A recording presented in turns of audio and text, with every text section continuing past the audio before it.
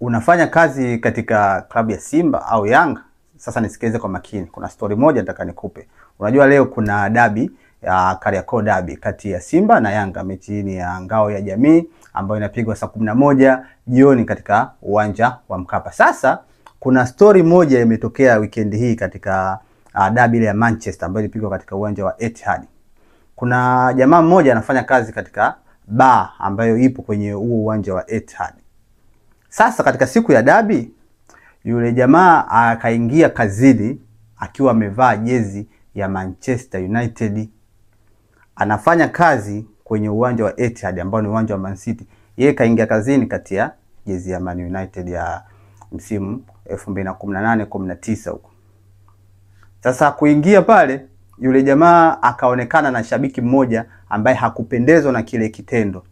Akaenda kutweet kwenye mtandao wa Twitter kwamba inakuwaje mnaruhusu mfanyakazi wenu katika baa ya uwanjani anakuja amevaa jezi ya mpinzani wetu Manchester United tena katika siku ya dabi.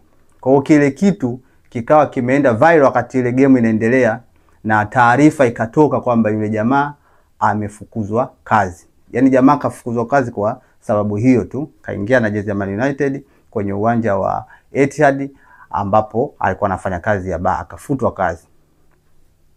Wewe mtu wa kazi, usiache kazi.